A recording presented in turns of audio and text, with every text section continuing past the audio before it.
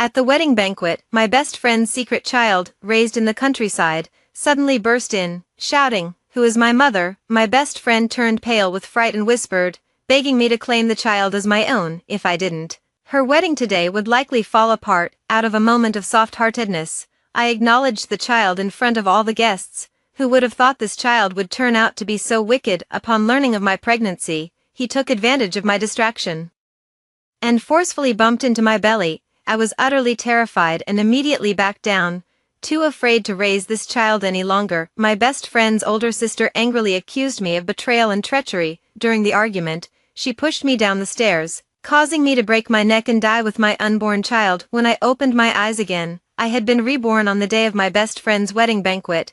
Hui Feng, please help me claim this child. Beside me, my best friend Wan Baoqin's pleading voice, choked with tears, reached my ears. My consciousness gradually cleared, and before me stood Wan Baoqin dressed in bridal attire. My gaze shifted past her to the wedding hall, where Wan Baoqin's illegitimate child, Miao Xiaohu, was crying loudly. All the guests at the table stopped their chopsticks, whispering to each other and exchanging bewildered glances. At this, I was both shocked and overjoyed. I immediately pinched my thigh hard, and a sharp pain instantly shot through me. This was not a dream. I had truly been reborn. Thinking of the painful consequences from my previous life after acknowledging Miao Xiaohu, I abruptly pulled back my hand that was being held by Wan Baoqin and refused outright. I can't acknowledge it. If I do, my husband will definitely divorce me. Seeing my refusal, Wan Baoqin's face instantly darkened. The earlier plea turned into a complaint. Can't you just explain it privately to your husband? He treats you so well, it won't affect your marital relationship. We've been sisters for so many years. If you don't help me today, Zhou Bin and I won't be able to go through with our wedding. As she spoke, she began to cry softly. Good riddance if it doesn't go through, I sneered inwardly. In my previous life, I helped her by publicly acknowledging Miao Xiaohu in front of all the guests. My husband, Zhang Hao, immediately turned pale with anger and stormed out of the banquet. Although I later explained the whole story to him in private, he understood that I was willing to go to great lengths for a friend and agreed to raise Miao Xiaohu together with me. But because of this, he became a laughingstock in the workplace. I was also a sent-down youth who returned to the city after the policies were relaxed. Anyone could tell from Miao Xiaohu's age that he was my child born in the countryside and had nothing to do with Zhang Hao. In my previous life, a moment of soft-heartedness harmed my husband, as well as myself and the child in my womb.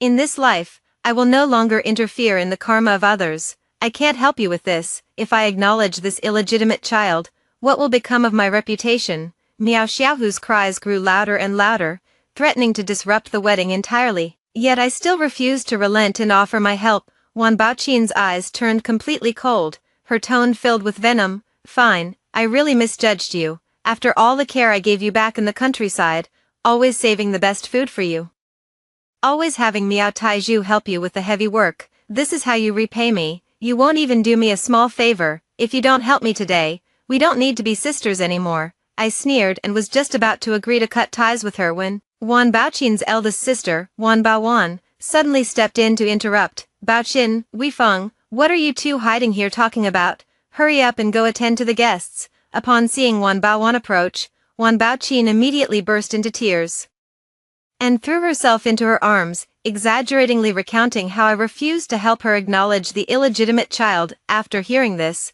Wan Baowan frowned deeply. He immediately turned his head and glared at me, his tone unfriendly. Hui Feng, how could you do this? Back when you were in the countryside, Baoqin and Miao Taizhu helped you with so much work. When you returned to the city, it was Miao Taizhu who carried your luggage to the village entrance for you. Now, when we ask you to help with such a small favor, you refuse. You're truly heartless. A small favor. I stared fiercely at Wan Baowan, wishing I could rush over and strangle her neck right then and there. In my previous life, after adopting Miao Xiaohu, my days were never peaceful. When he injured a classmate at school, it was me who brought gifts to their home, stayed by the bedside to care for them, paid for the compensation, and bowed and scraped to apologize to the other parents. I also repeatedly begged the school not to give the child any disciplinary action. But Wan Baoqin and Wan Baowan, the two sisters, not only didn't say a word of thanks, instead, they stood by and criticized me for not taking good care of Miao Xiaohu. Later,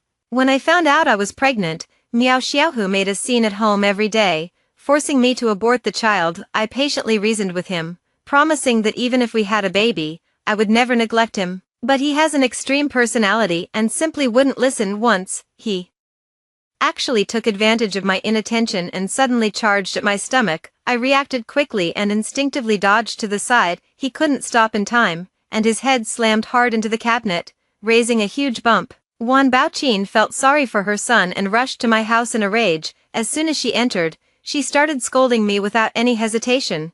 Since you adopted Xiaohu, he is your son. If Xiaohu doesn't accept the child in your belly, can't you just go along with him and not have it for now? You've caused Xiaohu's head to swell up like this.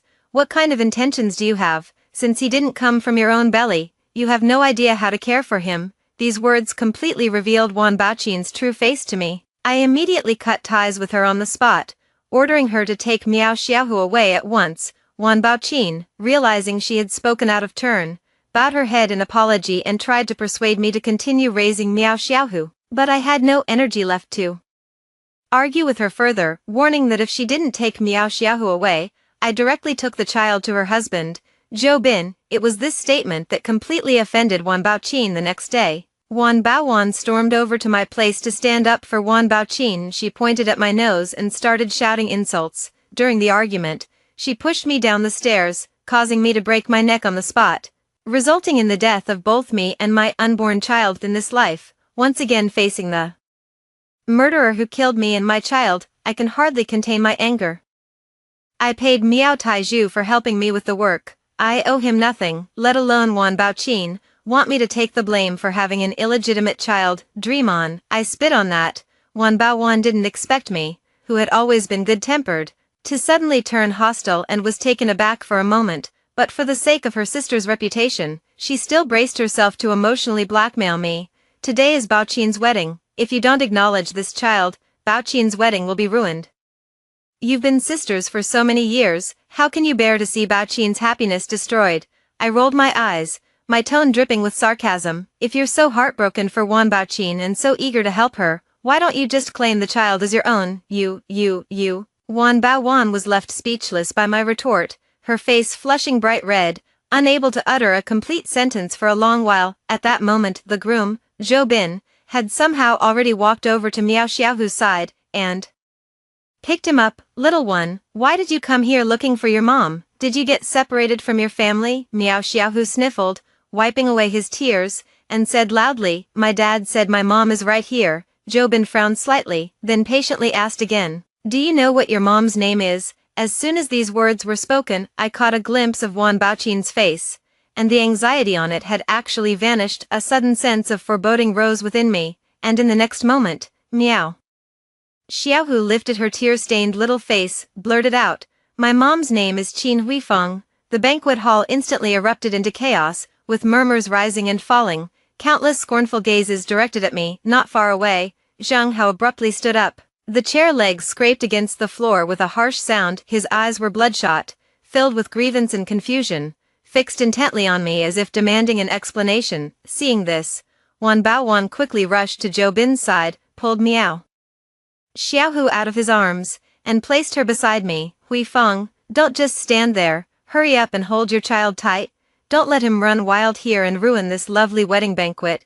Miao Xiaohu immediately rushed over and clung tightly to my leg, looking up at me, calling out mom again and again, his voice urgent and loud. In my past life, I always thought that Wan Baoqin had come to me for help only because she had no other choice. From the very beginning, this was an elaborately designed trap. Whether I agreed or not, this child was targeting me. They had already coached him well. I grabbed Miao Xiaohu's arm and pulled him to the center of the banquet hall. With a sharp cry, it drowned out all the murmurs. This child is not mine. I have never given birth to a child. This is a slander against me. Look at this child. Does it resemble me in any way? My sharp gaze fixed on Wan Baoqin, whose face had turned pale, and my tone carried a threat.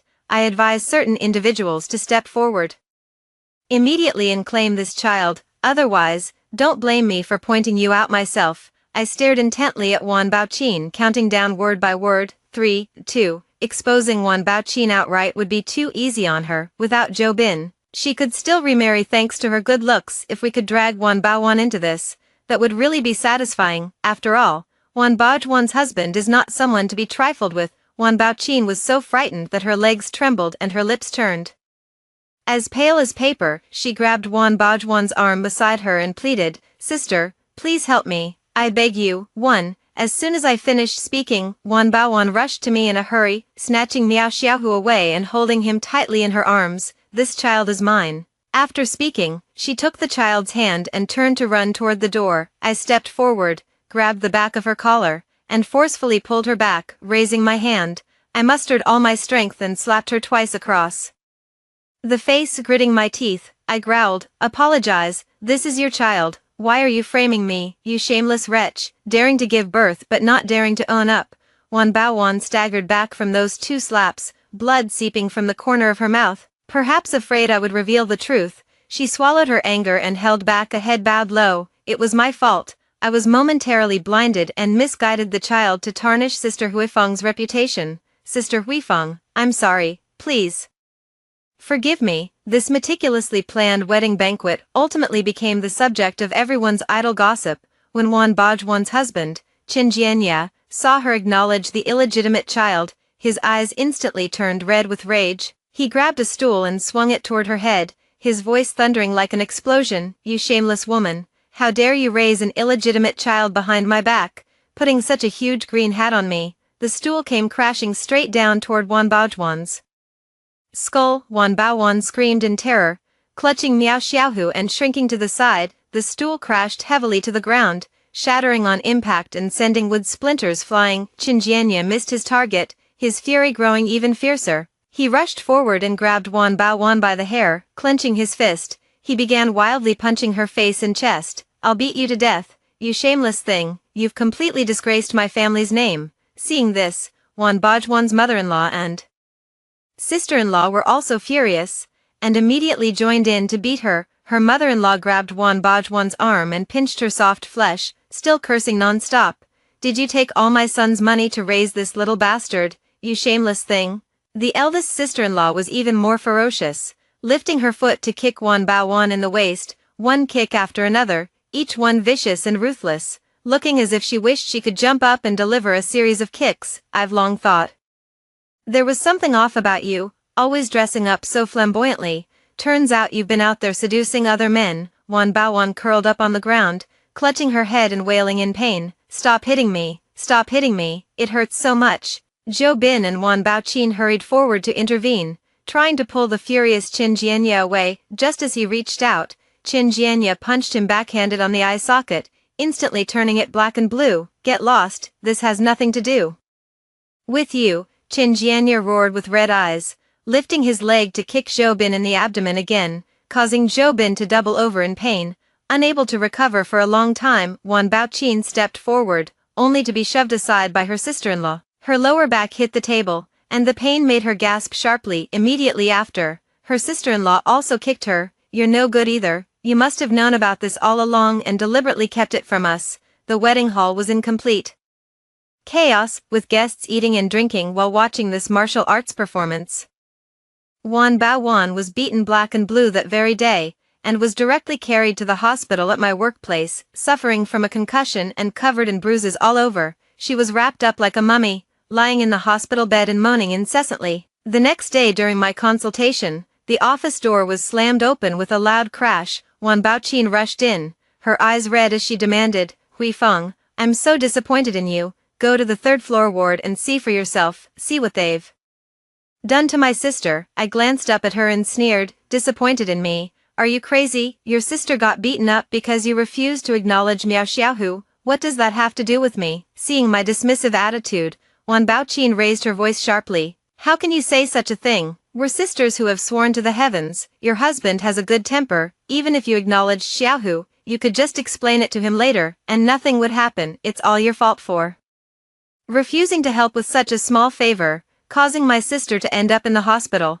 Do you still not realize what you did wrong? You've changed, you weren't like this before, you could have helped me, now you're so selfish, so unfamiliar." If it were me in my past life, being emotionally manipulated like this, I probably would have been overwhelmed with guilt. I wish I could immediately go to the ward and bow to apologize to Wan Baojuan, but now, I am someone who has died once. I just want to completely sever ties with Wan Baoqin, each going their own way from now on. As for revenge, I don't even need to lift a finger. That little bastard Miao Xiaohu, whoever gets involved with him is bound to have bad luck. Have you said enough? If you have, then leave quickly, don't delay me from going to work. I stood up impatiently and pushed her out of the office. When Wan Baoqin left, her glare was so intense it felt like she could bore a hole right through me. I can't be bothered to argue with her. After all, her hard days are still ahead. In my previous life, I acknowledged Miao Xiaohu at the wedding banquet and got him enrolled in a top-tier elementary school in the city, but ever since he started school, he never gave me a moment's peace, causing trouble for me one after another. Now,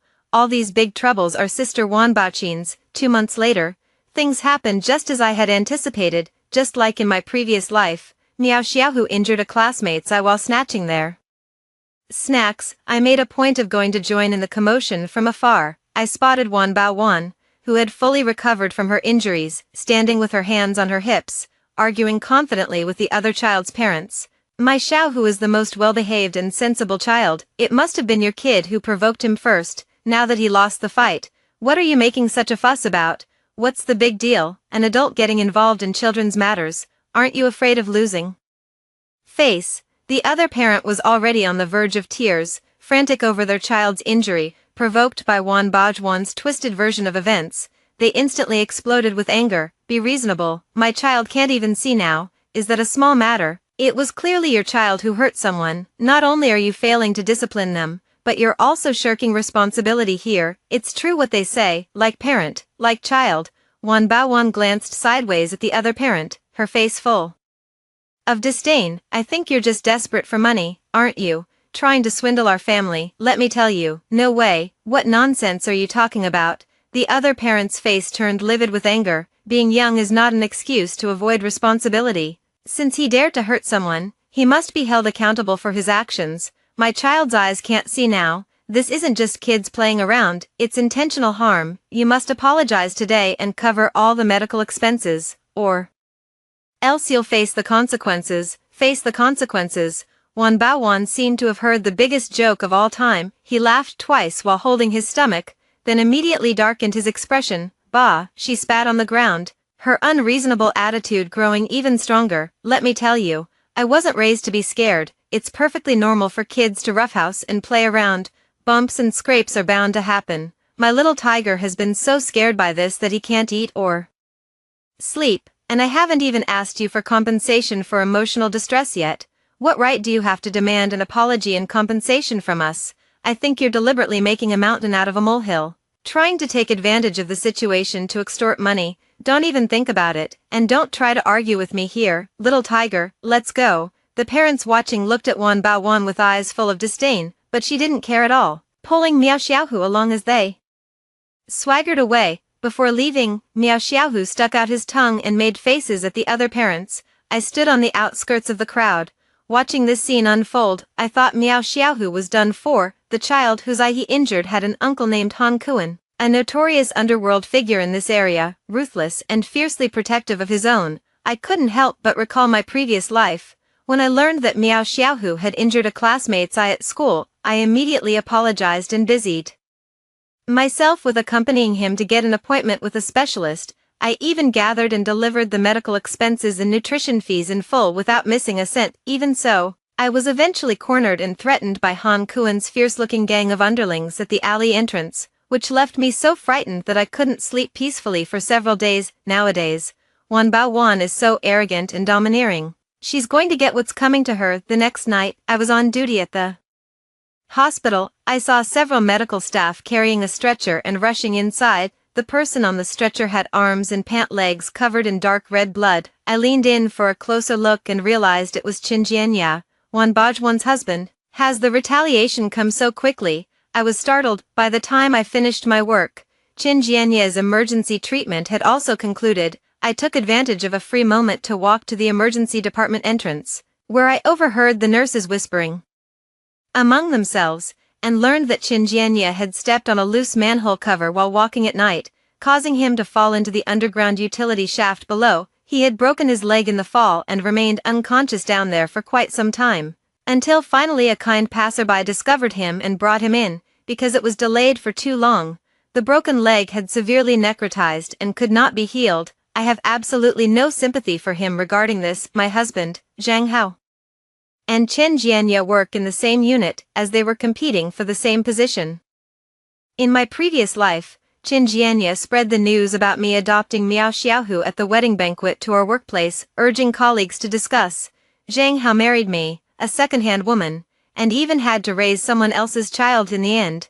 Zhang Hao couldn't help but lay hands on Chen Jianya, and the position ended up going to Chen Jianya in this lifetime. Just be content with being a cripple. At the entrance of the emergency ward, Wan Baowan learned that Chen Jianya's leg was permanently disabled. Slumped on the bench with disheveled hair, she covered her face and sobbed. Before she could cry for long, her mother-in-law, Aunt Hohot, rushed forward and slapped her with a sharp crack. The sound of the slap drew the attention of everyone nearby. Aunt Hohot trembled with anger, pointing at Wan Bajwan's nose and shouting furiously, "It's all because you brought back that unlucky spendthrift star, causing my son to have the misfortune of falling into the underground well and getting hurt like this." Her gaze swept over Miao Xiaohu standing to the side, and her anger flared even more. She yelled at Wan Baowan, "Hurry up and send this unlucky thing away, or I'll have my son divorce you." Miao Xiaohu, this little troublemaker, had never been scolded by anyone in his life, and his eyes instantly reddened with anger. "You old hag, how dare you curse at me?" He gritted his teeth and charged fiercely toward Aunt Hohot, knocking her flat on her back, limbs flailing in the air. "Ouch, my back." Aunt Hohot was in so much pain that tears welled up in her eyes, lying on the ground and groaning. Miao Xiaohu, still not satisfied after bumping into someone, glared fiercely and even wanted to step forward and kick her a couple of times. Wan Baowan rushed over to pull him back, fumbling in her pocket to fish out 10 yuan and stuffing it into his hand. "You go home first, and your mom will come pick you up later." Miao Xiaohu looked at the 10 yuan in his hand, then at Aunt Hohot lying on the ground groaning, clenched the money, turned around, and disappeared in a flash. After sending Miao Xiaohu away, Wan Baowan helped Aunt Hohot up from the ground. "I borrowed the hospital's public phone from a nurse and called Wan Baoqin." The moment the call connected, Wan Baowan spoke rapidly. "Baoqin, your brother-in-law broke his leg and was admitted to the hospital. Just now, my mother-in-law scolded Xiaohu a few times, and Xiaohu got so angry that he knocked her over. Everything is a mess here right now, and Xiaohu probably can't stay with me for a while. Please go to my house and pick up Xiaohu."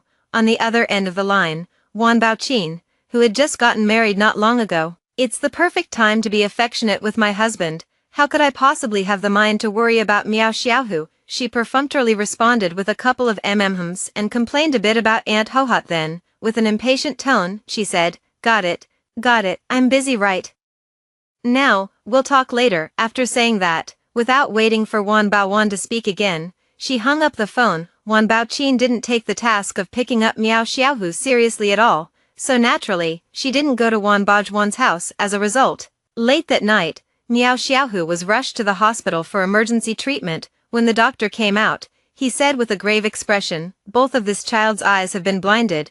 Wan Baoqin rushed to the hospital upon hearing the news of Miao Xiaohu's injury. Upon hearing the doctor's words, she collapsed on the spot, crying her heart out, gasping for breath between sobs. "How could he go blind? My little tiger, who hurt you like this?" She pounded her chest, then suddenly turned her head, her bloodshot eyes fixed fiercely on Wan Baowan beside her, her tone filled with resentment. "Sister, I entrusted little tiger to you. Is this how you take care of him? Taking care of him until he goes blind? I hate you. Little tiger is still so young. How will he manage to live from now on?" Wan Bajwan's cheeks still bore several distinct red marks. They were left by Chen Jianya's eldest sister, who had rushed over earlier, upon learning that Aunt Hohot had been knocked down and injured her waist by Miao Xiaohu. She couldn't hold back her anger and slapped her. The red marks had not yet faded when she was accused and blamed by her own younger sister. The pent-up anger in her heart instantly exploded. Wan Baowan couldn't help raising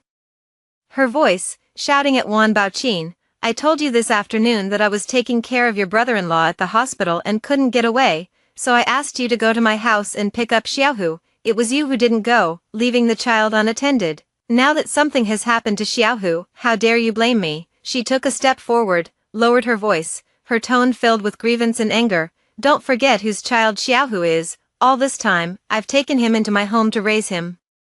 And I've never let him go hungry or without clothes, even if it meant neglecting my own daughter. Because of him, I've suffered so much from my mother-in-law and endured so much gossip from the neighbors. How dare you, you heartless one, have the right to criticize me? Wan Baoqin's face turned pale as she was spoken to like that, and her heart instantly grew weak. Her crying immediately softened, and she began to sob quietly as she looked at Miao Xiaohu lying in the hospital bed, not daring to loudly criticize Wan Baowan anymore. Han Kuan's revenge went far beyond that. 3 days later, there was a loud knocking on my front door. When I opened it, I saw it was Wan Baoqin. Her eyes were red and swollen, and as soon as she saw me, she clung to me like a lifeline. Without waiting for me to speak, she forced her way inside. From her incoherent sobbing, it was learned that Wan Baowan's home was burglarized on the second day after Qin Jianye was hospitalized, with all their savings, jewelry, and household appliances completely cleared out. In those days, no households had surveillance cameras, making it difficult for the investigating police to solve the case, especially in cases of home burglary like this.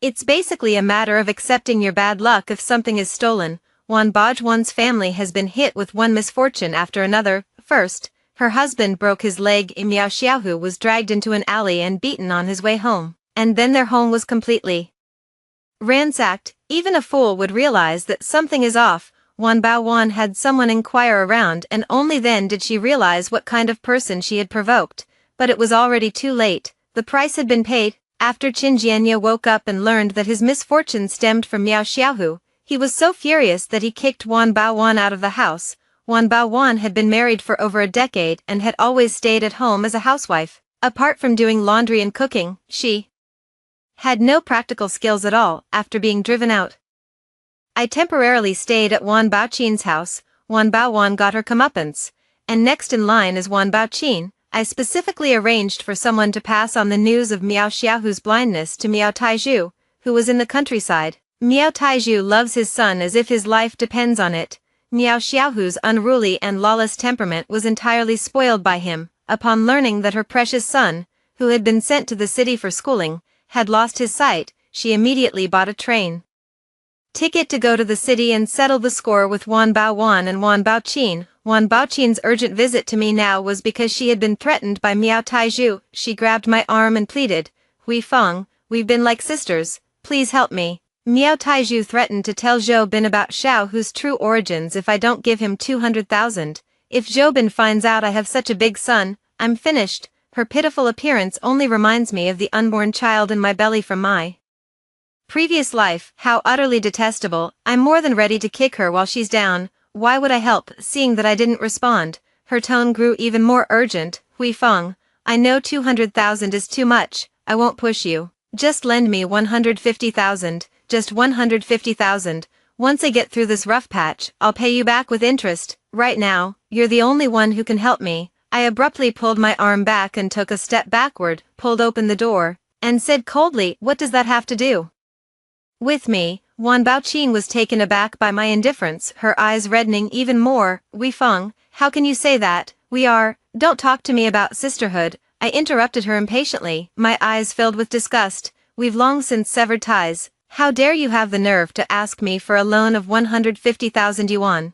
Do you think I'm a bank, available for you to withdraw from at will?" Seeing my attitude, the pleading look on her face instantly turned into one of shame and anger. She suddenly raised her head, dropping the act. "Qin Hui Feng, it's just borrowing a bit of money from you. Do you have to talk like that? I talk like this. If you don't like it, get out." I pulled open the door, gesturing for her to leave. Wan Baoqin was completely enraged and raised her hand to strike me. I dodged to the side, slapped her twice in return, and then kicked her out. "I'm warning you for the last time, if you come to harass me again, I'll go straight to Zhou Bin and tell him about Miao Xiaohu's true parentage." You wouldn't dare." Wan Baoqin's lips trembled, but she still held her head high, refusing to back down. I sneered at her, my eyes filled with disdain. "If you bother me again, just see if I dare." After saying that, I slammed the door shut with a bang. Wan Baoqin gritted her teeth and glared fiercely at the door, her eyes full of resentment and unwillingness. Miao Taizhu wanted to take the money and bring Miao Xiaohu back to the countryside to enjoy a comfortable life. Don't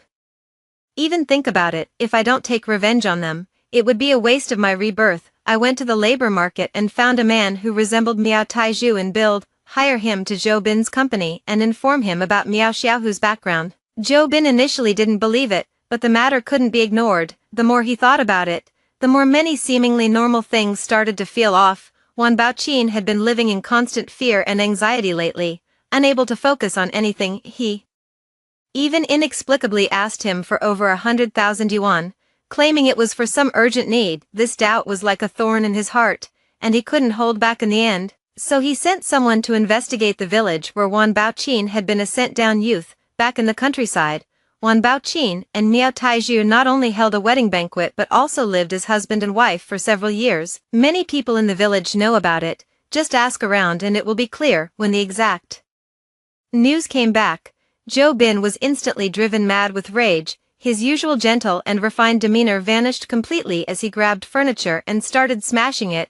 He even drove Wan Baoqin and Wan Baowan out of his big house together. How could Wan Baoqin be willing to leave this big house? She tearfully clung to Zhou Bin's leg, pleading, saying that she had foolishly deceived him in a moment of confusion. But in her heart, she truly loved him. But Zhou Bin was resolute, and no matter how much she cried and begged, it was all in vain. On the verge of being driven out of this grand house, Wan Baoqin's eyes darted around as she threw a hint to Wan Baowan, then closed her eyes and fell straight backward. Though Zhou Bin was angry, he couldn't bear to see her in trouble right at the doorstep. I could only drive the person to the hospital. Wan Baowan specifically requested that I take the case. As soon as I entered the examination room, the unconscious Wan Baoqin suddenly opened her eyes. Her voice choked with emotion. She pleaded with me once again, Wei Feng, just help me this once. Zhou Bin found out that Xiaohu is my son, and he wants a divorce. I can't leave him. Can you help me get a fake pregnancy certificate for me? I expressionlessly withdrew my hand, not bothering to give her even a hint of extra emotion, and simply said calmly, lie down, don't move. I remained silent, proceeding to examine her body according to the standard procedure. Wan Baoqin wanted to say more, but seeing my cold and stern expression, she fell silent. After the examination, I turned and opened the door to the consultation room, calling out loudly to the outside, who is Wan Baoqin's family member. Outside the door, Wan Baowan thought I had agreed to help Wan Baoqin falsify the results, and immediately put on a flattering smile. He hurriedly pushed Zhou Bin, who was standing nearby, forward urgently saying, he is family. Although Zhou Bin was angry, he still held a trace of lingering affection for Wan Baoqin, and with her sudden fainting, he truly couldn't stand by and do nothing. So I followed to the hospital, thinking I'd leave only after the results came out, to feel more at ease. After Zhou Bin entered the consultation room, Wan Baoqin immediately began to weep and shed tears, crying while giving me meaningful glances. I couldn't be bothered to deal with her, so I spoke directly to Zhou Bin. Your wife didn't take proper care of her health after giving birth last time, and it left her with lingering health issues. I just examined her carefully, and she is now unable to have children. With a thunderous crash, Wan Baoqin's world collapsed. Her face instantly turned as pale as paper. After a few seconds of stunned silence, he suddenly jumped off the hospital bed and shouted at me hysterically, Qin Weifeng, what nonsense are you talking about? Are you trying to kill me to be satisfied? I glanced at her indifferently, with undisguised sarcasm in my tone. I am one of the top gynecologists at this hospital, and my diagnosis can withstand any scrutiny. If you doubt my ability, you're welcome to go to another hospital for a second opinion. If they can prove there's nothing wrong with you, feel free to sue me. After hearing my words, Zhou Bin's expression darkened even further. The last trace of affection in his eyes as he looked at Wan Baoqin vanished completely. He glared fiercely at Wan Baoqin, said nothing, and turned to walk away. Honey, don't go, listen to me, she's lying. She's deliberately trying to harm me. Wan Baoqin panicked, stumbling as she chased after him, reaching out to grab Zhou Bin's arm. Zhou Bin violently shook off her hand, the force so strong that she staggered back 2 steps. Then he pulled open the door and left without looking back, not even giving her another glance. The moment the door closed, Wan Baoqin's hope was completely shattered. She slowly turned around, glaring at me with bloodshot eyes, her gaze filled with venom. Like a mad dog driven to a corner, she let out a scream and lunged at me like a madwoman. Her hands clawed wildly at my face as she screamed hoarsely, Qin Weifeng, I'm going to kill you. I was prepared and sidestepped. Kicking her away, she lunged into empty air, lost her balance, and fell to the ground. I didn't give her any more chance to go crazy, and I shouted toward the door, "Call security, someone's causing trouble here." The security personnel arrived quickly, and as soon as they entered, they saw Wan Baoqin restrained by me and her frenzied state. Before I could say more, two security guards stepped forward and grabbed Wan Baoqin by the arms.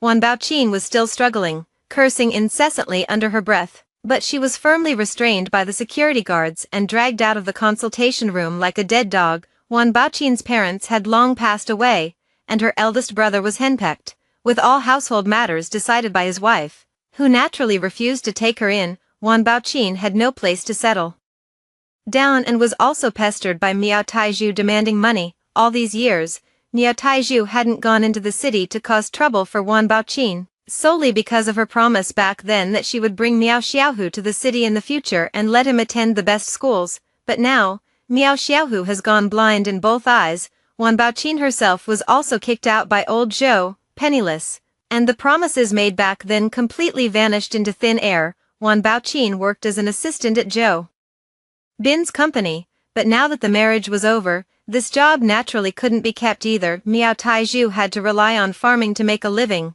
and simply couldn't spare the time to take care of Miao Xiaohu all day long.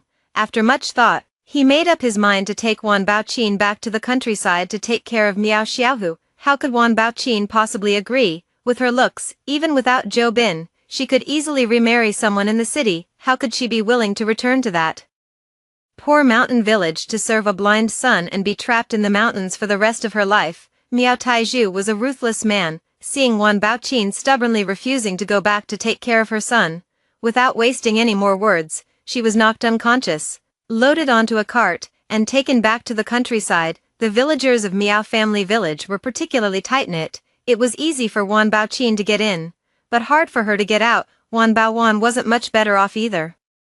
Tricked by the matchmaker, I married a man with a violent temper and a history of domestic abuse. From then on, my life became a cycle of small fights every 3 days and severe beatings every 7 days, living in constant fear and pain. I lost all the arrogance and domineering attitude I once had, gently stroking my slightly swollen belly, feeling the stirring of life within my belly. A relieved smile curled at the corners of my lips. In this lifetime, no one will ever harm me or my child again. What are your thoughts after hearing this story? Feel free to share your feelings in the comments section. Now, let's begin a new story. It took me 10 years to finally get Fu Zheng to agree to marry me. I even gave up the only opportunity to further my studies in the capital for him, staying behind at this small military hospital. Everyone says that Captain Fu Zheng and Dr. Shin are a match made in heaven, a perfect couple with deep affection for each other. Yet, when he was carried down from the training field, covered in blood and lying on the hospital bed, he clutched my hand tightly, looked into my eyes, and called out another woman's name over and over, "Qingyuan, Lu Qingyuan, I'm sorry, I shouldn't have made you wait so long." It turned out that after his promotion to regimental commander, the first person he wanted to marry was my frail and helpless cousin, Lu Qingyuan. I watched his pupils gradually lose focus and smiled. In these 10 years of marriage, every time he tenderly called me a Tang, who was the person he was truly looking at with such deep affection through me. "Fu Zheng, if there is a next life, I will set you free." But do you know, I didn't have to stay here in the first place. Opening my eyes again, I found myself back 10 years ago, at the rescue site of a massive flood. Mud and blood blurred my vision. Not far away, the young Fu Zheng was carrying a girl, walking resolutely toward the temporary medical station. That girl was Lu Qingyuan. This time, I didn't rush over recklessly with a medical kit like I did in my previous life. I turned around and handed a bottle of clean water and a pack of compressed biscuits to another soldier, covered in mud, who was squatting on the ground devouring a dirty steamed bun. "Comrade, have something to eat first." He looked up, his young and dark face revealing a pair of strikingly bright eyes. "Thank you." The man's voice was terribly hoarse, as if it had been scraped by sandpaper. He took the water but didn't drink it immediately. Instead, he unscrewed the cap and carefully rinsed the gruesome wound on his hand. Blood mixed with mud trickled down, and he grimaced in pain but didn't make a sound. I took out iodine and gauze from the medical kit and crouched in front of him. "Give me your hand." He froze for a moment, seemingly surprised that I would bother with him. "Are you a doctor, intern?" I kept my head down, efficiently tending to his wound. His palm was broad, covered in thick calluses and crisscross scars both old and new, like a weathered map. If you don't treat this hand soon, it's going to get infected. My tone wasn't exactly gentle, it was even a bit stiff. He grinned, revealing a set of white teeth. It's fine, we soldiers are tough. I ignored his words and focused intently on the bandaging. Not far away came Lu Qingyuan's weak cry of surprise and the concerned inquiries of her comrades. Captain Fu is truly impressive. Don't be afraid, Miss Qingyuan, with Captain Fu here, you'll surely be fine. Without even lifting my eyelids, I tied the gauze into a neat knot. All right, thank you, young comrade. The man flexed his hand, looking at me gratefully. My name is He Yuzhou, with Zhou meaning boat. What's your name? Shintang. I stood up and was about to leave when He Yuzhou called out to me, Shin. He rummaged in his pocket for a while before pulling out a steamed bun wrapped neatly in oiled paper, handing it to me with a hint of embarrassment. This one is clean. You haven't eaten all day, have you? Have something to fill your stomach. I looked at the clean, white steamed bun, then at the half-eaten, grimy one he was holding himself. Something inside me felt as if it had been gently nudged. In my past life, my eyes could only see Fu Zheng. He came from a prominent family, achieved remarkable military feats at a young age, and was the brightest star in the entire military district.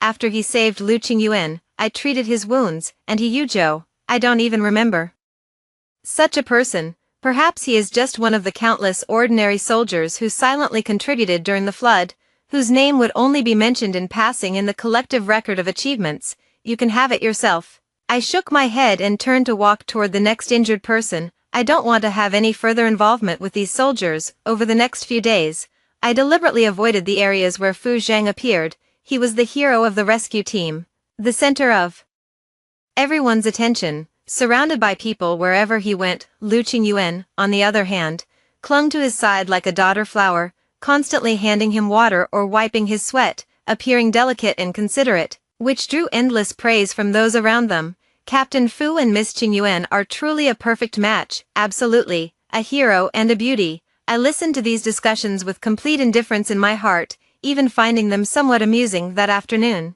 the rain started falling again. The makeshift tent began to leak, and as I was organizing the transfer of patients, a figure rushed in. It was He Yuzhou. Without a word, he picked up an elderly man who had difficulty moving and ran outside. After a few steps, he turned back and shouted at me, Shin, help that ant and follow me. The rain poured down so heavily we could barely keep our eyes open, and the path beneath our feet was a muddy mess. I was supporting an elderly woman, each step sinking deep into the mud, making the journey exceptionally difficult. Suddenly, my foot slipped, and I lost control, tumbling toward the collapsed slope beside me. The expected pain never came. Instead, I fell into a firm, scorching embrace. He Yuzhou had rushed over at some point, shielding me tightly beneath him. The mudslide mixed with rainwater cascaded over our heads, and he bore the full force of it on his back, protecting me from everything. I could clearly hear the dull thud of the stones hitting his back. He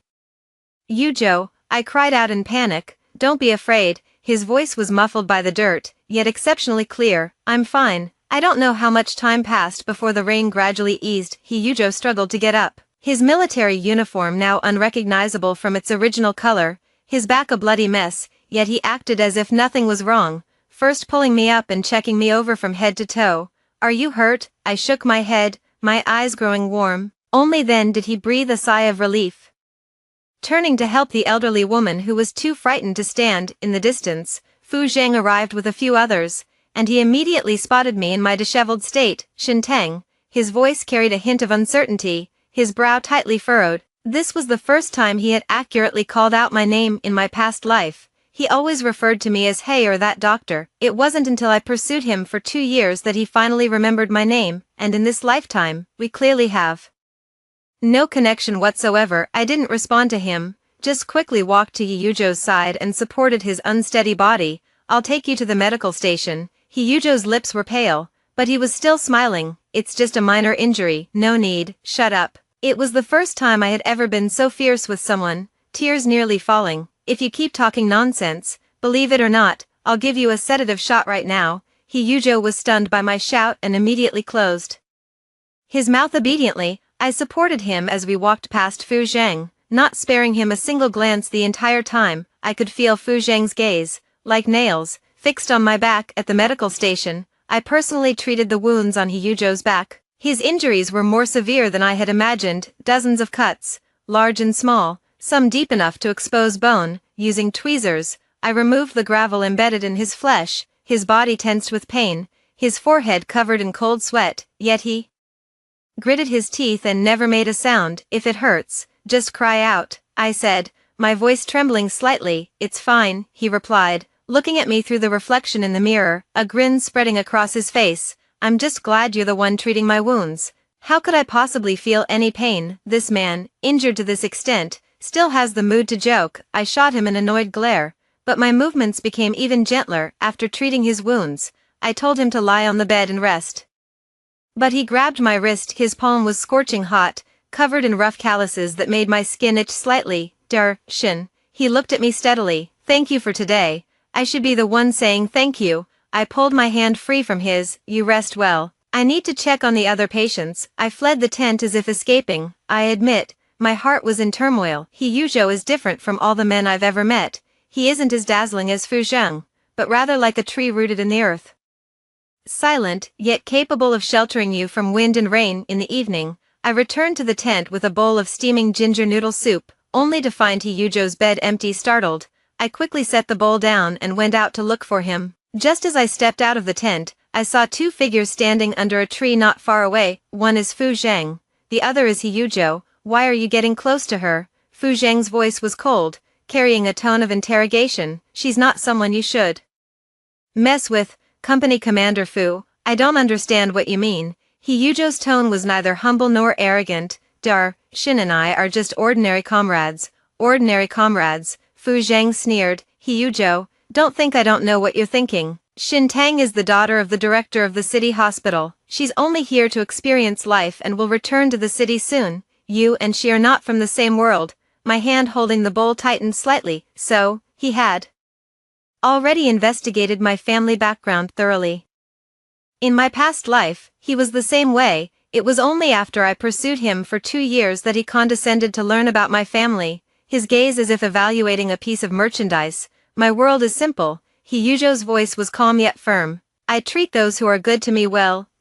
Shin saved my life, and in my heart, she is the best person. It has nothing to do with whose daughter she is." Fu Zheng seemed to be taken aback for a moment before finally speaking. "I'm saying this for your own good. Don't get too deeply involved, or you'll end up hurting yourself." "Thank you for your concern, Company Commander Fu," Hyujo replied. "My affairs are none of your concern." With that, he turned and walked away, only to bump right into me. "Dr. Shin," he stammered, looking flustered, his cheeks flushed with a suspicious redness in the dim light. I shoved the bowl into his arms. "Eat it while it's hot." Then, I walked past him and went straight to Fu Zheng. "Company Commander Fu." I looked up at him, my gaze calm. "Who I make friends with is my own business, and please, don't investigate my private life. We're not that close." Fu Zheng's expression instantly darkened. He probably had never been so directly confronted by a woman before. "Shin Tang," he said through gritted teeth, word by word, "do you have any idea what you're doing?" "I'm perfectly clear." I smiled slightly. "But Commander Fu, instead of meddling in other people's business, you should pay more attention to your dear Qing Yuan. I just saw her looking unwell again." With that, I stopped looking at him, turned around, took Hyujo's wrist, and walked away. "Let's go back and have some noodles." The man I was pulling along was as stiff as a rock. I could feel his heart beating so fast it seemed about to leap out of his chest. Back at the tent, Hyujo still looked utterly distracted. He held the bowl of noodles, steam rising in wisps, but his face was even redder than before. Shin, he stammered. "You just now, what did I just do?" I teased him on purpose. "I helped you out of a tight spot. Aren't you going to thank me?" "No, that's not what I meant." He scratched his head anxiously. "I mean, you and Captain Fu. I have nothing to do with him." I cut him off, my tone decisive. "We had nothing to do with each other before, we have nothing to do with each other now, and we'll have even less to do with each other in the future." Hyujo looked at me, his eyes sparkling as if holding a galaxy. He didn't say anything more, just lowered his head and ate the noodles in big mouthfuls. The bowl was soon empty, and he even drank every last drop of the soup. After finishing, he handed the bowl back to me and said earnestly, Shin, this is the best bowl of noodles I've ever had in my life." I was amused by his serious expression. it's just a bowl of instant noodles. Is it really that serious? Yes, it is, he nodded, his gaze exceptionally sincere. Really, in the following days, the rescue work entered its final stage. The relationship between Hyujo and me seemed to have become somewhat subtle in the eyes of others. He would quietly help me carry the heaviest medical kit to the car, would slip me a warm steamed bun when I was too busy to remember to eat, and would deliberately patrol near my tent more often during night guard duty. He never said much, but his care, like warm water, gradually seeped into my life. Fu Zhang, on the other hand, was like a lingering ghost. He would always coincidentally appear wherever Hyujo and I were talking, watching us with a scrutinizing, oppressive gaze. Once, Hyujo was teaching me how to weave small animals with willow twigs. Despite being a rough man, his fingers were surprisingly nimble. In no time, a lively little rabbit took shape in his hands. For you, he said, handing me the willow rabbit, a hint of shyness coloring his sun-darkened cheeks. Just as I took it, Fu Zhang's voice rang out from behind me. Fooling around during work hours? What kind of behavior is this? His tone was stern, as if reprimanding a soldier who had made a mistake. Hyujo immediately stood up straight and saluted, reporting to Company Commander Fu. What you were doing? I saw it clearly, Fu Zhang interrupted him, but his gaze fell on the willow rabbit in my hand. Hyujo, your duty is to protect the lives and property of the people, not to weave little trinkets here to please girls. Return to your unit and write a 1,000-word self-criticism report for me. Hyujo's face paled. His lips moved slightly, but in the end, he said nothing. He lowered his head and turned to leave. I was trembling all over with anger. Fu Zhang, I rushed up to him, glaring up at him. You're using your position to settle a personal grudge. I'm just doing my duty, Fu Zhang said expressionlessly. The military has its own discipline. What a fine military discipline. I laughed bitterly, throwing the willow rabbit in my hand hard at him. Then may I ask, Captain Fu, does spending every day walking and chatting with Miss Lu Qingyuan count as violating military discipline? Fu Zhang's face instantly turned very unpleasant. That's two different matters. What's the difference? I pressed on relentlessly. Just because he's Hyujo, and you're Fu Zhang, just because he's an ordinary soldier, and you're the company commander, Shintang. A flicker of anger ignited in Fu Zhang's eyes. Do you really have to speak to me like this for the sake of someone unrelated? He is not an irrelevant person, I said clearly, word by word. He is the friend I have chosen. If anyone bullies my friend, I will never stand by and do nothing. After I finished speaking, without even glancing at his livid face, I turned and ran to find Hyujo. I found him in the small grove behind the camp. He was sitting alone on the ground, head lowered, lost in thought. Hearing footsteps, he looked up and saw it was me. Quickly standing up and forcing a smile that looked worse than crying. Shin, what brings you here? I came to apologize to you, I said earnestly as I walked up to him. I'm sorry, I got you involved. It's not your fault. He shook his head. It's my problem. Captain Fu was right. I shouldn't have. He's wrong, I interrupted him loudly. He's the one abusing his power. He's the one making a mountain out of a molehill. You don't need to write a single word of that self-criticism. Hyujo stared at me in a daze, his eyes filled with shock. I'll go find your supervisor. I'll tell him everything exactly as it happened. I refuse to believe there's no place for justice, I said, turning to leave. Don't go. Hyujo grabbed my arm. He has great strength, like iron pliers. Shintang. This was the first time he called me by my name, not Dr. Shin. Don't go. Let's just let this matter drop. Why? I looked at him, puzzled. You did nothing wrong. Why should you suffer this injustice? Hyujo looked at me with a complicated expression. He remained silent for a long time before whispering, I don't want to cause you trouble. At that moment, my heart felt as if it had been violently wrenched by something. This fool, despite suffering such immense injustice herself, all she could think about was not wanting to cause me any trouble. In her previous life, Fu Zhang had also publicly reprimanded a young officer who pursued Lu Qingyuan for her sake. At that time, I thought he was awe-inspiring, protecting the one he loved. Now I understand that it wasn't protection, it was an abuse of power, bullying others with authority. A truly upright man would never use his status to suppress others. The flood rescue efforts have finally come to an end. On the night before the troops were to withdraw, there was a joint celebration between the military and civilians, and everyone was very happy. Only I was feeling a bit down. I knew that after this parting, Hyujo and I might never see each other again. He was a soldier, returning to his barracks, and I, too, had to return to my city, my hospital, and continue with my life. We, after all, are people from two different worlds this time. Fu Zheng's words unexpectedly came true. He Yuzhou never showed up at the party. I searched the entire camp and finally found him by the river. He sat there alone, facing the surging river, lost in thought. Why aren't you joining the party? I walked over and sat down beside him. He turned his head and, seeing it was me, looked somewhat surprised.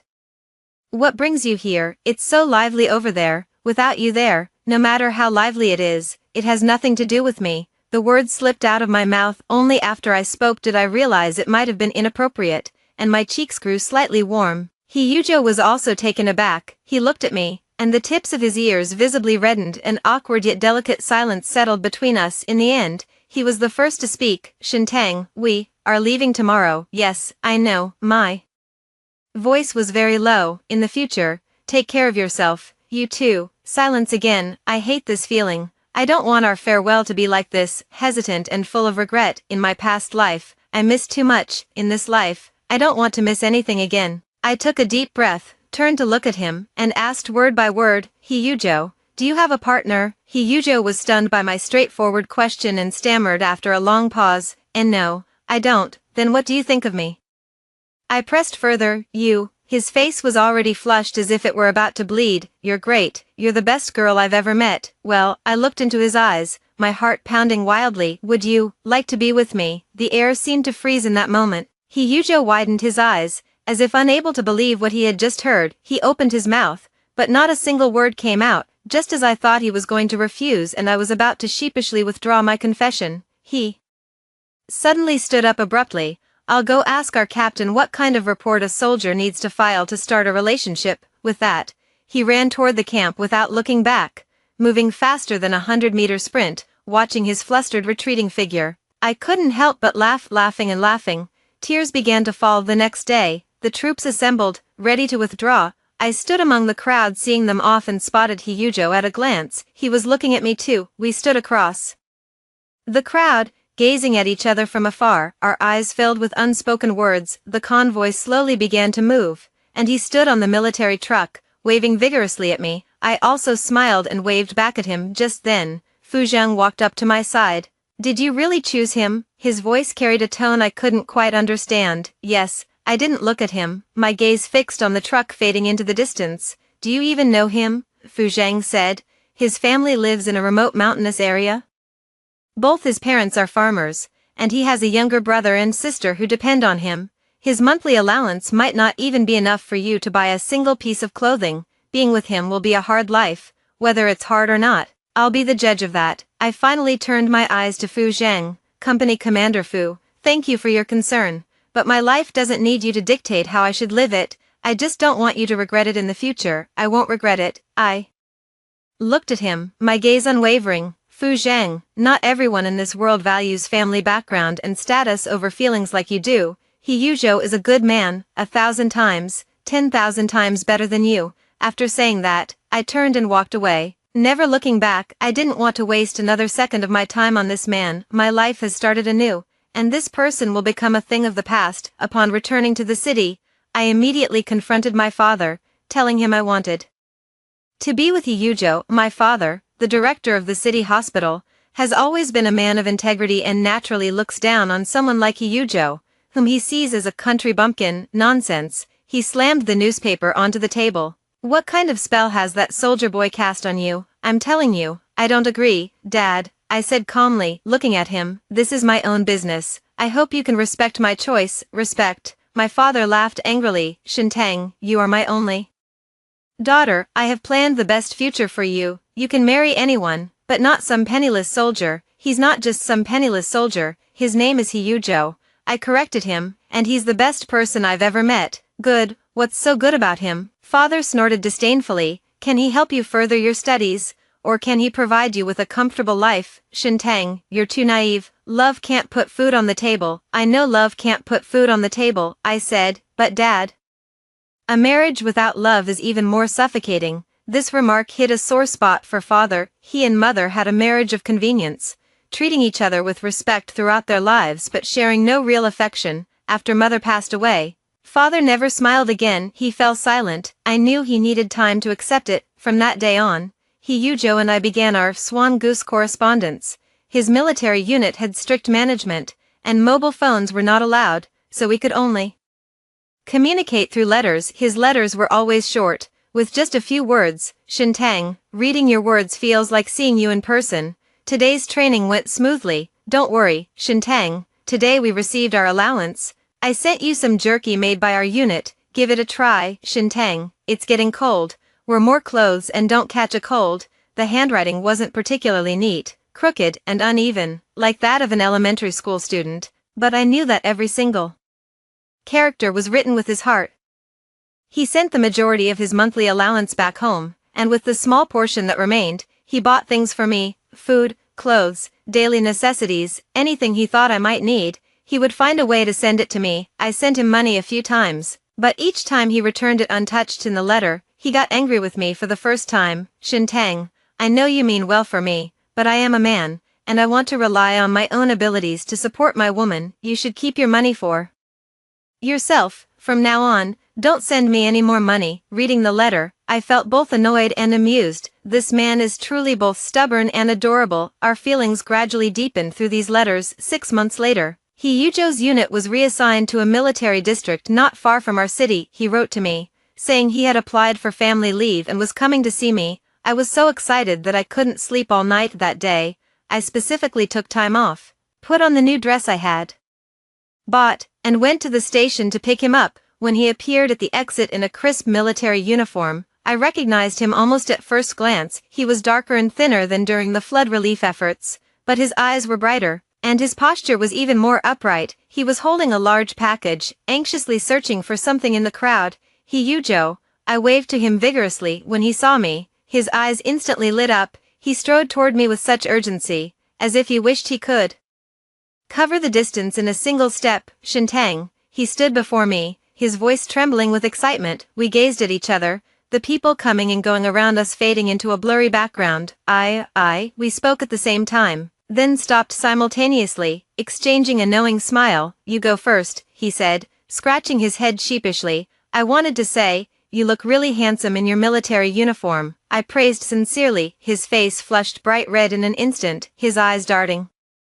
away, unable to meet my gaze. Let's go, I'll take you to eat, I said with a smile, taking his hand. His hand was still so rough, so warm this time. He didn't pull away, he held my hand tightly in return, as if wanting to embed me into his life. I brought Hyujo home. My father's expression wasn't very pleasant when he saw him, but he didn't oppose as fiercely as last time. He looked Hyujo up and down, his gaze as if appraising a piece of merchandise for sale. Are you Hyujo? Yes, uncle.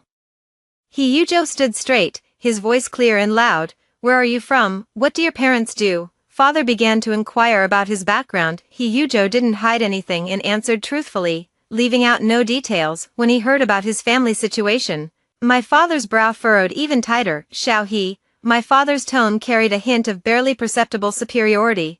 Although our family isn't particularly wealthy or noble, Atang has been raised with the utmost care since childhood and has never suffered any hardships. With your current circumstances, I'm afraid you can't give her happiness, Dad. I felt somewhat displeased. Uncle, you're right, Hyujo said calmly. I truly can't offer Shintang the best life right now, but I promise you, I will love her with all my life, protect her, and never let her suffer any grievances. I will also work hard, strive with all my might, to give her a good life. His gaze was as resolute as tempered steel. Father looked at him and fell silent. That afternoon, Father invited Hyujo to stay for lunch. At the table, he didn't bring up his opposition again, but he didn't give Hyujo a friendly look either. On the way back to the military base, I asked Hyujo with some concern, my dad, please don't take it to heart. I didn't. Hyujo smiled at me. Your father means well for you, and I can understand that. What he said is also true. I'm not capable enough right now. The more he spoke like this, the more upset I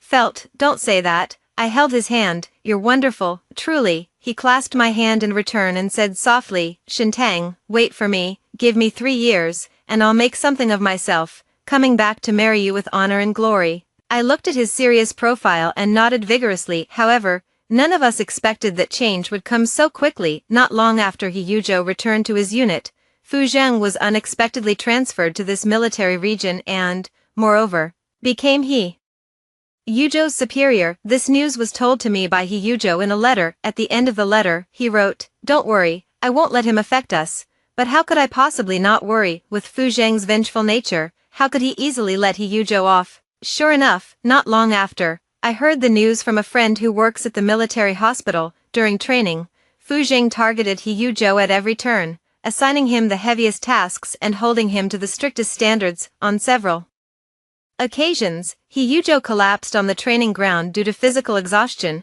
I was extremely anxious and immediately took leave to go to the military district. Without notifying He Yuzhou, I went straight to Fu Zheng's office. When I pushed the door open, he was on the phone, seemingly talking to Lu Qingyuan, with a gentleness in his tone that I had never heard before. Seeing me, he paused for a moment, then hung up the phone. "What are you doing here?" His tone instantly turned cold. "Fu Zheng." I got straight to the point. "Come at me. Don't go after He Yuzhou," making things difficult for him. Fu Zheng sounded as if he had heard a joke. "Shintang, are you overestimating him too much? I was just training normally." "It's his own lack of skill. Can you honestly say you didn't have ulterior motives?" I stared at him coldly. "Fu Zheng, you truly disgust me." "Disgust you?" He stood up and stepped closer, his powerful presence almost suffocating me. "Shintang, what exactly do you see in him, in terms of family background, ability, or future prospects? In what way am I inferior to him?" "You are inferior to him in every way." I met his gaze without fear. "You have a good family background, strong abilities, and a promising future, but your heart has never held a place for me. Fu Zheng, what you feel for me is nothing more than the possessiveness of wanting what you can't have. Even without He Yuzhou, I would never choose you, because you're not worthy." Fu Zheng's face instantly turned deathly pale. He looked at me, his eyes filled with shock, anger, and a hint of hurt. I must have been mistaken. How could this man possibly get hurt? "Good, very good." He suddenly laughed, a hint of madness in his smile. "Shintang, just wait, I'll soon make you realize how terribly wrong your choice today was." When I walked out of Fu Zheng's office, my hands and feet were ice cold. I didn't know what he meant by how terribly wrong, but I had a bad feeling about it. I waited at the gate of the military base for a long time before finally seeing He Yuzhou, who had just finished his training. He looked dark and thin, with an unmistakable weariness on his face, but his eyes lit up the moment he saw me. "How did you get here?" he exclaimed, running over in surprise. "I came to see you." I gently touched his sunburned, peeling face, my heart aching. "Have you been skipping meals again?" "I've eaten." He took my hand, smiling like a child. "Come on, I'll take you to see our dorm." I followed him inside, and along the way, we ran into many of his comrades. "Hey, Yuzhou, is this your wife? She's really pretty." "Hello, sister-in-law." He Yuzhou's face flushed from their teasing, yet he still puffed out his chest and introduced me loudly. "This is my partner, Shintang." He looked so proud, as if he owned the whole world. My heart felt both sour and tender. I followed him to his dormitory, an 8-person room with simple furnishings, but the bedding was neatly folded like tofu blocks, clean and tidy. He took out a small wooden box from his own cabinet as if presenting a treasure. Opening the box, inside were all the letters he had written to me and the ones I had written to him. Each one was carefully wrapped in craft paper and neatly stacked. Beside the letters, there was also a small figurine made from a bullet casing. "I made this," he said, picking up the figurine with a hint of embarrassment. "It's not very well done, but I hope you don't mind." I took that heavy bullet casing figurine, my eyes welling up with heat, tears nearly falling. "This man, he's always like this, in his most clumsy, yet most sincere way. He offers me everything he believes is best." I stayed and had dinner with him. The cafeteria food was simple, but he ate with great relish, constantly putting more dishes on my plate. "Eat more, you're too thin." Looking into his bright, possibly tearful eyes, I swallowed the words that were on the tip of my tongue. I couldn't let him know that I had come to see Fu Zheng. With his temperament, he would definitely start overthinking again, believing that he had dragged me down. All I could do was pray in my heart that Fu Zheng wouldn't go too far, but I was still too naive. A month later, the military district held its annual military competition. He Yuzhou, with his outstanding performance, fought his way through the rounds and advanced to the finals. His opponent in the finals was a soldier personally trained by Fu Zheng. Everyone thought He Yuzhou was sure to win. However, during the final armed cross-country exercise, an accident occurred. While climbing over an obstacle, the rope under Hyujo's feet suddenly snapped, causing him to fall from a 3-meter-high obstacle wall and fracture his left leg on the spot. When I received the call and rushed to the military hospital, he had already been taken into the operating room. I waited outside the operating room, my entire body cold, as if I had fallen into an icy abyss. Fu Zhang has also arrived. He stands opposite me, his expression equally grim. The rope was new, we checked it, and there were no issues, he says, his voice hoarse. Is that so? I lift my head, my bloodshot eyes fixed intently on him. Fu Zhang, if anything happens to Hyujo, I will never let you off. He looked at me, his lips moved, but in the end, he said nothing. The surgery lasted 3 hours. When the lights in the operating room went out and the doctor walked out, I was the first to rush forward. Doctor, how is he? The surgery was successful. The doctor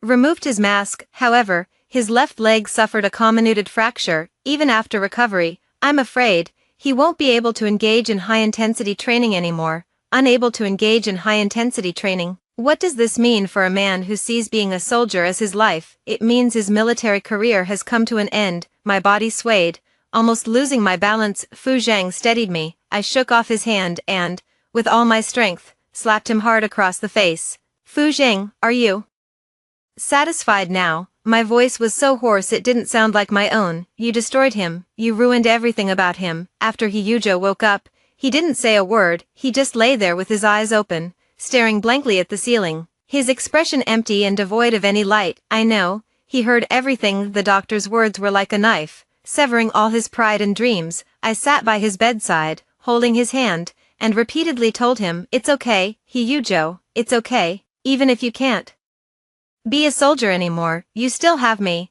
I will always be by your side. He showed no reaction at all. Later, the leaders and comrades from the unit came to see him. Everyone offered words of comfort and encouragement, speaking all at once. He just smiled politely, but the smile looked even more painful than crying. After everyone had left, only the two of us remained in the hospital room. He suddenly spoke, his voice terribly hoarse. Shintang, let's break up. I froze, as if struck by lightning.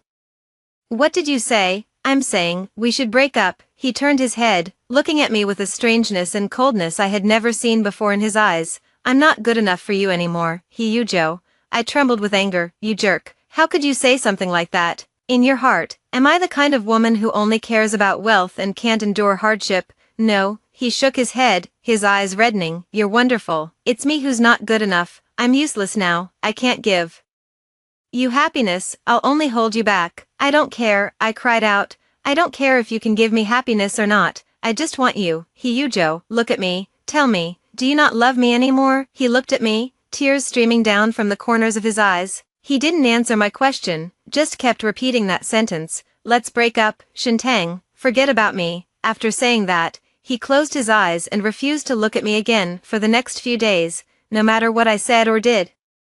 He remained like a wooden figure, ignoring me completely. My life seemed to have suddenly hit rock bottom. Just as I was on the verge of despair, Fu Zhang found me. He handed me a document. This is Hyujo's application for transfer to civilian work and a recommendation letter to secure your admission to the Capital Military Medical University for further studies, he said. As long as you sign the recommendation letter, I guarantee Hyujo can be transferred to the best unit in the city. I looked at him as if I were staring at a devil. Fu Zhang, you are truly despicable to the extreme. I'm just helping you make a choice, Fu Zhang said with a calm expression. Shintang, you're a smart girl. You know what choice is best for you. Hyujo is already finished. He can't give you the future you want, but I can give you everything. I laughed until tears streamed down my face. Fu Zhang, you will never understand. I picked up that letter of recommendation and tore it to shreds right in front of him. I told you, my life doesn't need you meddling in it. I turned and walked into the hospital room, slamming my household registration booklet onto the bedside table right in front of Hyujo. Hyujo, I'm putting it out there today, if you want to break up, fine, unless you never want to see me again for the rest of your life, or, I said, looking into his shocked eyes, word by word, we'll go get our marriage certificate tomorrow, you choose. Hyujo ultimately did not choose to break up the next day. I pushed him in a wheelchair to the Civil Affairs Bureau. There were no flowers, no rings, and not even blessings from family. Just like that, we received that red marriage certificate. When I placed the marriage certificate in his hands, This tough man over 6 feet tall cried like a child. Shintang, are you an idiot? You're the idiot. I hugged him, crying and laughing at the same time. He Yujo, listen carefully, you're mine now, for the rest of your life, don't even think about getting rid of me. Our marriage plans met with strong opposition from my father. He even threatened to cut off our father-daughter relationship.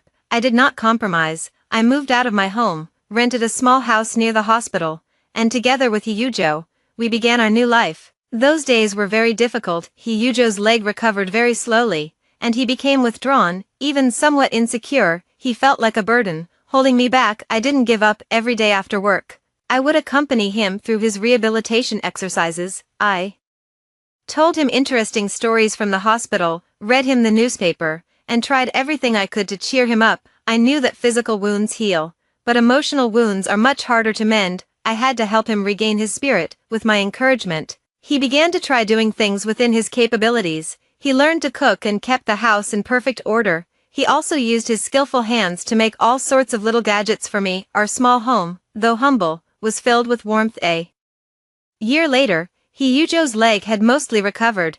Although he could no longer engage in strenuous exercise, he had no trouble walking normally. He transferred to a state-owned factory, where he worked as an ordinary security officer. The work was quite leisurely, and the salary wasn't high, but he took it very seriously. Our lives gradually got back on track. Another year passed, and I became pregnant. This news made Hyujo as happy as a fool. He spun me around several times, then carefully set me down, feeling extremely nervous. From that day on, he treated me as a top priority to protect. He wouldn't let me do any work and would cook delicious meals for me in various ways every day. I gained over 20 pounds, but he said I looked beautiful no matter what. On the day I gave birth, he waited outside the delivery room for over 10 hours. When I was wheeled out, he was the first to rush up, and without even glancing at the baby, he took my hand. Tang Tang, you've worked hard. His eyes were red, his voice choked with emotion. At that moment, I felt that all the hardships I had endured in my life were worth it.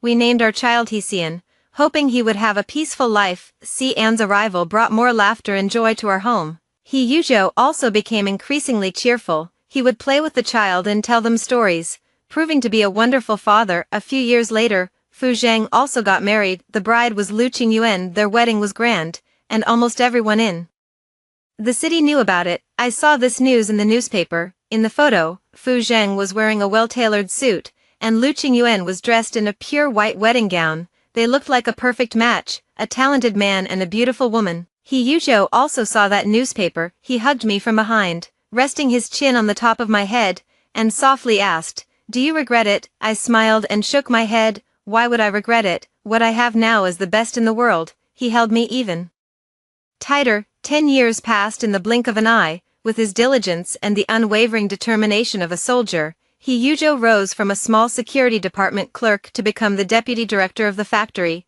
Step by step, our lives kept getting better. We bought a new house, a car, and Xian started elementary school, excelling in his studies and showing great maturity, and I became the youngest chief physician at the city hospital. We became the most enviable couple in the eyes of others. Only I knew how hard-won this happiness was. Once, I attended a medical seminar and unexpectedly ran into Fu Zhang. He has aged a lot compared to 10 years ago, with white hair already appearing at his temples. The spirited determination that once shone in his eyes is gone, replaced only by weariness and the marks of time. We simply nodded to each other from a distance, without speaking. Later, I learned from a mutual acquaintance that his marriage to Lu Qingyuan was not a happy one. Lu Qingyuan has poor health and has never had children. Over the years, she has poured all her energy into preserving her health and harboring suspicions, tormenting Fu Zhang to the point of misery. And Fu Zhang, it seems he has always held a grudge against the choice I made back then. After the meeting ended, I was waiting for a car at the hotel entrance when Fu Zhang walked over. "Long time no see," he said, his voice hoarse. "Long time no see, Director Fu," I replied politely. A long silence fell between us. "Have you been doing well?" he finally asked. "I'm doing great." I looked into the distance, where Hyujo was driving over. He rolled down the window and waved at me with a smile. I smiled and waved back at him. "Does he treat you well?" Fu Zhang's gaze also fell on that car. "He is very good," I said. "Fu Zhang, do you know, I have never regretted the choice I made back then. because Hyujo made me understand what true love is.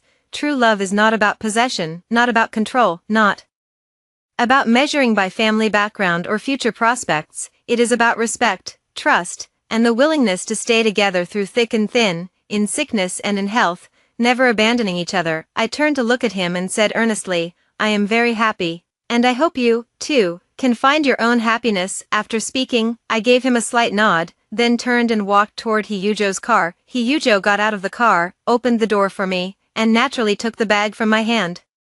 Are you tired? He asked. Not tired, I replied, settling into the car and looking at his gentle profile. Let's go home. Okay, let's go home. The car slowly started moving. From the rearview mirror, I saw Fu Zhang still standing there, like a lonely statue. I withdrew my gaze and took Hyujo's hand. His hand was still so rough, yet so warm, giving me the most reassuring strength. In my past life, I spent 10 years chasing a star that was always out of reach, only to end up covered in scars. In this life, I have chosen a tree that is willing to shelter me from the wind and rain. I finally understand that a true home is not a place, but a person, a harbor where you can let down all your defenses and rest in peace. I am very fortunate to have found my harbor. After hearing this story, what are your thoughts? Feel free to share your thoughts in the comments section. I look forward to hearing your voice.